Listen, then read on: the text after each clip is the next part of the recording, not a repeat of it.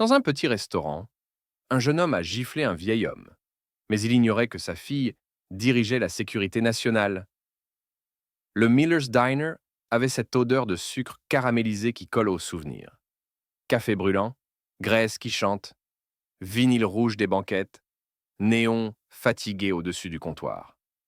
Les mêmes habitués feuilletaient les mêmes journaux froissés.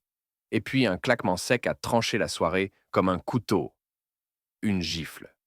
La joue d'un vieil homme noir a rougi d'un coup, sa casquette militaire a roulé au sol, et un rire trop jeune, trop fort, a traîné sur le carrelage.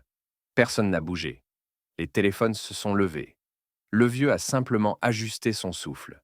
Il ne savait pas encore que la porte allait s'ouvrir et que la voix qui entrerait transformerait tout, non seulement la salle, mais la manière dont chacun se regarderait en sortant.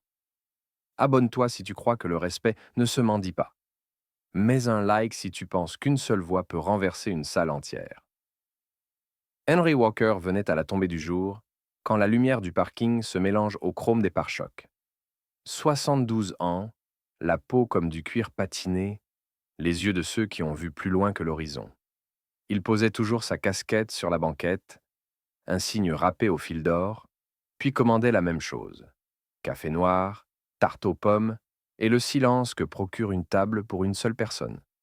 Ce soir-là, on entendait le match à la télé sans le son, commentateur muet qui bougeait les lèvres au-dessus d'un couloir de formica.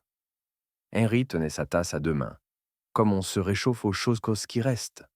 Au fond, ils étaient trois, trop bruyants pour le lieu. Basket blanche posée sur le bord du siège, tatouages qui remontaient comme des serpents sous des manches trop courtes, jeunes hommes qui boivent pour s'inventer des histoires. Le plus grand, celui avec le biceps qui éclatait sous le coton, s'appelait Tran. 25 ans. Le rire de ceux qui confondent insolence et courage. Il regarda Henry comme on choisit un objet dans une vitrine. Il avait besoin d'un public. Les deux autres servirent de cœur. Hé, grand-père, lança Tran, sans lever vraiment la voix. Juste assez pour que le restaurant entier entende. On t'a perdu au musée? Quelques rires nerveux perlèrent. La serveuse, Bonnie, les yeux fatigués au-dessus d'un trait d'eyeliner, fit signe que ça suffisait. Mais Tran avait senti l'électricité monter en lui comme une chanson qu'on connaît trop bien. Il se leva, boitant un peu à cause d'un ego mal ajusté, et s'approcha de la table d'Henry. Ça fait quoi, hein, de se croire un héros parce qu'on a porté un costume? Tu veux une médaille avec ta tarte? Henry ne répondit pas. Il leva les yeux, juste ce qu'il faut pour rencontrer ceux du jeune homme. Il y avait dans ce regard-là un respect du silence. De ces silences qui ne sont pas des retraites, mais des digues. C'est précisément ce qui mit Tran en rage, ne pas obtenir la scène promise. Il attrapa la casquette et la fit glisser du revers, d'un geste de joueur lassé, jusqu'au carrelage. On entendit le petit bruit du bouton métallique qui cogne la céramique, si net qu'il eut la force d'une injure. Le vieux se pencha, lentement. Ses mains tremblaient, pas de peur, pas encore. Tremblaient comme tremblent les choses qui ont tenu trop longtemps sans qu'on les soutienne. Il ramassa la casquette, la dépoussiéra du plat de la paume, lissa l'écusson. Puis, il se redressa. Tout ce qui suivit dura moins d'une seconde. La gifle, sèche, venue d'une colère qui avait besoin de spectacle. Le corps d'Henry qui vacille, la tasse qui claque contre la soucoupe, une goutte de café qui saute sur le poignet brun et y laisse une brûlure minuscule, le souffle coupé d'un restaurant entier. « Assieds-toi, vieux, dit Tran. T'as fini ton service. » Bonnie lâcha son plateau, le rattrapa de justesse. Le manager du soir, un type maigre avec une chemise trop serrée au col, eut un geste vers le téléphone, puis renonça. Les deux amis de Tran sortaient déjà leurs écrans, cadrant la scène sous l'angle du courage emprunté. On filmait. On filmait comme on s'absout. Si c'est dans le cadre, c'est que ce n'est pas à nous. Henri posa la casquette sur la table. Il ne regardait plus Tran. Il regardait le reflet de la télé dans la vitre de la baie, ses doigts serrés sur le bord du formica pour ne pas trembler davantage. Il pensa au goût de la poudre dans sa bouche, à une route blanche traversant un pays trop lointain maintenant, à un ami qui disait toujours « ça va passer » avant que ça passe vraiment. Une main glissa sur son épaule, la serveuse désemparée. Monsieur Walker, vous voulez que j'appelle quelqu'un? Non, merci, Bonnie, murmura-t-il. Ça ira, ça n'irait pas. Parce qu'il y a des soirs où l'humiliation a besoin d'un témoin, d'un seul, pour se transformer en leçon. Parce qu'il y a des portes qui s'ouvrent avec le même bruit que le destin quand il s'invite sans toquer. La clochette du restaurant tinta alors, petite musique en décalage, avec la violence suspendue dans l'air. Une femme entra, silhouette longue, manteau sombre coupé net, bottes qui ne faisaient presque pas de bruit sur le carrelage. Elle n'avait pas besoin de lever le menton pour être plus grande que tout le monde. Ses yeux cherchèrent d'abord, puis trouvèrent la joue rouge d'Henry, la casquette froissée, la main de Bonnie encore posée comme un pansement. Papa, le mot traversa la salle et avec lui, la température chuta d'1 degré. Tran se retourna, mais ne se recula pas. La femme avait cette façon d'avancer qui n'est pas un mouvement, un déplacement de gravité. Elle n'allait pas vers lui, c'était tout ce qui se trouvait entre eux qui reculait. Elle posa ses doigts sur la casquette, la redressa avec une tendresse appliquée, puis se tourna vers le jeune homme. Qui a fait ça? Tran eut un sourire qui aurait voulu être un rictus. Il avait grandi en apprenant qu'on ne perd jamais la face tant qu'on garde la voix. Il la garda. Et si c'était moi? On fait quoi, princesse? On appelle papa? Un rire, un seul, lui répondit. Un rire esselé qui mourut aussitôt de solitude. La femme inclina à peine la tête. On aurait pu croire à une grâce. C'était un avertissement. Sa main entra dans son manteau, ressortit avec un portefeuille noir. Elle l'ouvrit, un geste sans théâtralité, et le posa debout sur la table d'Henry, face tournée vers la salle. Le cuir fit un chuchotement sur le formica. L'insigne, lui, parla plus fort que n'importe quel mégaphone. Les téléphones cessèrent de bouger. On entendit même la friture cesser de chanter, comme si l'huile avait retenu sa respiration. « Sarah Walker, dit-elle. On lut, on sut. Certains ne surent que plus tard. Mais leurs mains savaient déjà qu'elles devaient se taire. Dans l'écusson, il y avait plus que des lettres, une ligne qu'on ne franchit pas. Sarah se tourna vers Henry et, dans un murmure qu'elle ne destina qu'à lui, souffla. « Je suis là, papa. » Il ferma un instant les yeux. On aurait dit qu'il buvait enfin son café. Le silence dans le restaurant était si dense qu'on aurait pu entendre la trotteuse du vieux pendule au-dessus du comptoir. Tran, soudain moins grand, fixait l'insigne noir posé sur la table, comme s'il regardait une arme chargée. Les clients avaient cessé de respirer. Même le jukebox, d'habitude bavard, semblait s'être tu de lui-même. Sarah prit la casquette dans ses mains, la dépoussiéra lentement, la tendit à son père avec un calme presque solennel. « Mets-la, papa. Elle te va mieux que jamais. » Henry obéit sans un mot. Ses doigts tremblaient encore, mais dans ses yeux, quelque chose revenait. Une lumière ancienne, celle qu'on porte quand on a déjà vu la peur et qu'on a survécu. Sarah se redressa et planta son regard dans celui de Tran. « Vous avez levé la main sur un vétéran, » dit-elle d'une voix basse, mais chaque syllabe vibrait comme une corde tendue. Un homme qui a servi son pays pendant 20 ans, qui a vu des choses dont vous n'auriez pas la force de parler. Tran tenta un rire nerveux. « Écoutez, je savais pas. C'est qu'un vieux type... » « Non, coupa-t-elle, c'est mon père. Et ce n'est pas un vieux type. C'est un homme qui a porté plus de respect sur ses épaules que vous n'en porterez dans toute votre vie. » Le jeune homme recula d'1 pas. Ses amis, assis au fond, baissèrent les yeux. Leurs téléphones étaient toujours en main, mais leurs doigts tremblaient. Aucun n'osait filmer. Sarah s'avança encore, ses bottes dessinant sur le carrelage des bruits secs, mesurés. « Vous savez ce qui me choque le plus? Ce n'est pas votre geste. C'est le silence autour de vous. Ces rires, ces écrans. » Elle tourna lentement la tête vers les clients. « Vous avez tous regardé un homme se faire humilier sans bouger. Vous avez préféré sortir vos téléphones plutôt que vos voix. » Un couple détourna le regard. La serveuse, les larmes aux yeux, lâcha un murmure. « Je voulais appeler, madame, mais j'ai eu peur. » Sarah la fixa un instant, puis hocha la tête doucement. Vous, au moins, vous avez honte. C'est un début. Tran tenta de reprendre contenance, croisant les bras. Bon, écoutez, je voulais pas d'histoire, ok? C'était pour rire. Le regard de Sarah devint froid. Pour rire? Vous pensez que c'est drôle d'humilier quelqu'un qui a donné ses années à ce pays? De frapper un homme âgé? Vous savez ce que j'ai vu dans cette salle? Un troupeau qui rit pendant qu'un autre souffre.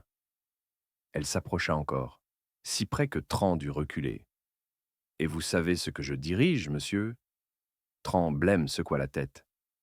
La sécurité intérieure. Ce qui veut dire que j'ai le pouvoir de faire en sorte que chaque seconde de cette vidéo devienne la preuve d'une agression sur un ancien combattant. Vous voulez qu'on en parle dans les journaux?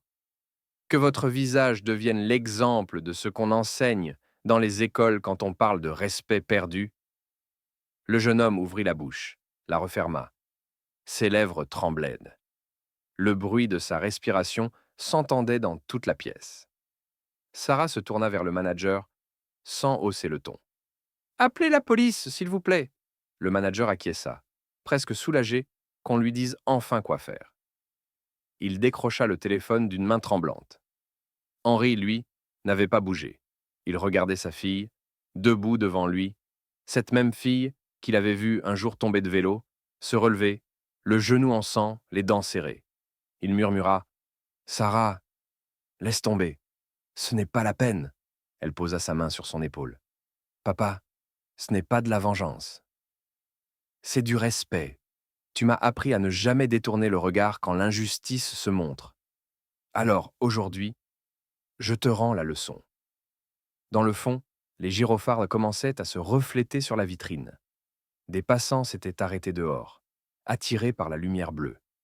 Le dîner, tout à l'heure lieu d'humiliation, devenait un théâtre où la honte changeait de camp. Tran tenta de reculer vers la sortie. Mais un policier entra, large d'épaules, visage fermé. « C'est vous, le responsable ?» demanda-t-il. Sarah leva la main. « Oui, agent. Je vous remets ce jeune homme pour agression volontaire sur un ancien combattant. Je suis Sarah Walker, directrice de la sécurité intérieure. » Le policier blêmit, fit signe à Tran d'approcher. « Mettez les mains où je peux les voir. » Tran obéit, tête basse. Ses amis s'étaient déjà glissés dehors, fuyant sans un mot. Sarah regarda la scène sans un mouvement de triomphe. Elle n'en avait pas besoin. L'autorité vraie n'élève pas la voix, elle fait taire le reste.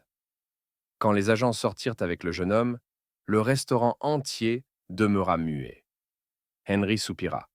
« J'aurais voulu que ça finisse autrement, dit-il simplement. Sarah serra sa main. « Et moi aussi, papa. Mais parfois, pour que le monde se souvienne de ce qu'est le respect, il faut lui en redonner le goût. » Elle aida son père à se lever. Autour d'eux, les clients s'étaient levés aussi, spontanément. Certains applaudirent doucement. D'autres baissèrent la tête. Tous avaient fait compris. Henry remit sa casquette. Elle semblait soudain plus neuve, comme si la poussière des années s'était envolée. La porte se referma derrière les policiers, laissant derrière eux un long silence, dense comme la fumée après un orage. Le Miller's Diner reprit lentement son souffle. Les conversations murmurées n'étaient dites plus les mêmes. Ce n'était plus le bruit du désintérêt, mais celui de la honte qui se réveille. Henry resta debout un instant, sa main serrée dans celle de Sarah. Ses yeux humides semblaient en chercher une explication quelque part entre les néons et les regards fuyants. « Je ne voulais pas qu'il en arrive là, » souffla-t-il. « Ce gamin, il est idiot, mais il est jeune. On fait tous des erreurs. » Sarah le regarda longuement avant de répondre. « Oui, papa. Mais certaines erreurs blessent plus que des balles. Ce soir, il t'a appris ce que c'est, la responsabilité. » Ils s'assirent à nouveau, le temps que le tumulte s'apaise. La serveuse, encore tremblante, s'approcha. « Monsieur Walker, je suis vraiment désolé. J'aurais dû intervenir plus tôt. » Henry leva doucement la main. « Ce n'est pas à toi de porter cette honte, ma fille. Tu as ton travail, ta peur, ton courage aussi. » Elle hocha la tête, les larmes aux yeux. « Vous voulez un autre café ?» Henry sourit faiblement. « Oui, et une autre tarte. Je crois qu'il faut bien ça pour digérer un peu de justice. Elle eut un petit rire nerveux, puis s'éloigna. Les clients peu à peu s'approchèrent. Un homme en costume, probablement un cadre pressé, posa la main sur l'épaule d'Henry. Monsieur, je voulais simplement dire merci. Mon grand-père était soldat aussi. Vous m'avez rappelé ce que c'est, la dignité. Une jeune femme ajouta: Et vous, madame, merci d'avoir parlé pour tous ceux qui se taisent. Sarah répondit d'un simple sourire. Elle ne cherchait pas les applaudissements. Elle savait que ces mots, dits dans la chaleur d'un moment, s'oublient vite. Mais quelque chose avait changé. Les regards, les gestes, même la serveuse qui, en apportant la commande, posa la tasse avec un soin nouveau. Henri but une gorgée de café lentement. Tu sais, Sarah, dit-il, quand j'étais jeune, on se battait pour le pays. Maintenant, c'est toi qui te bats, pour que le pays se souvienne de ce qu'il doit être. Elle posa sa main sur la sienne. Je me bats grâce à toi, papa.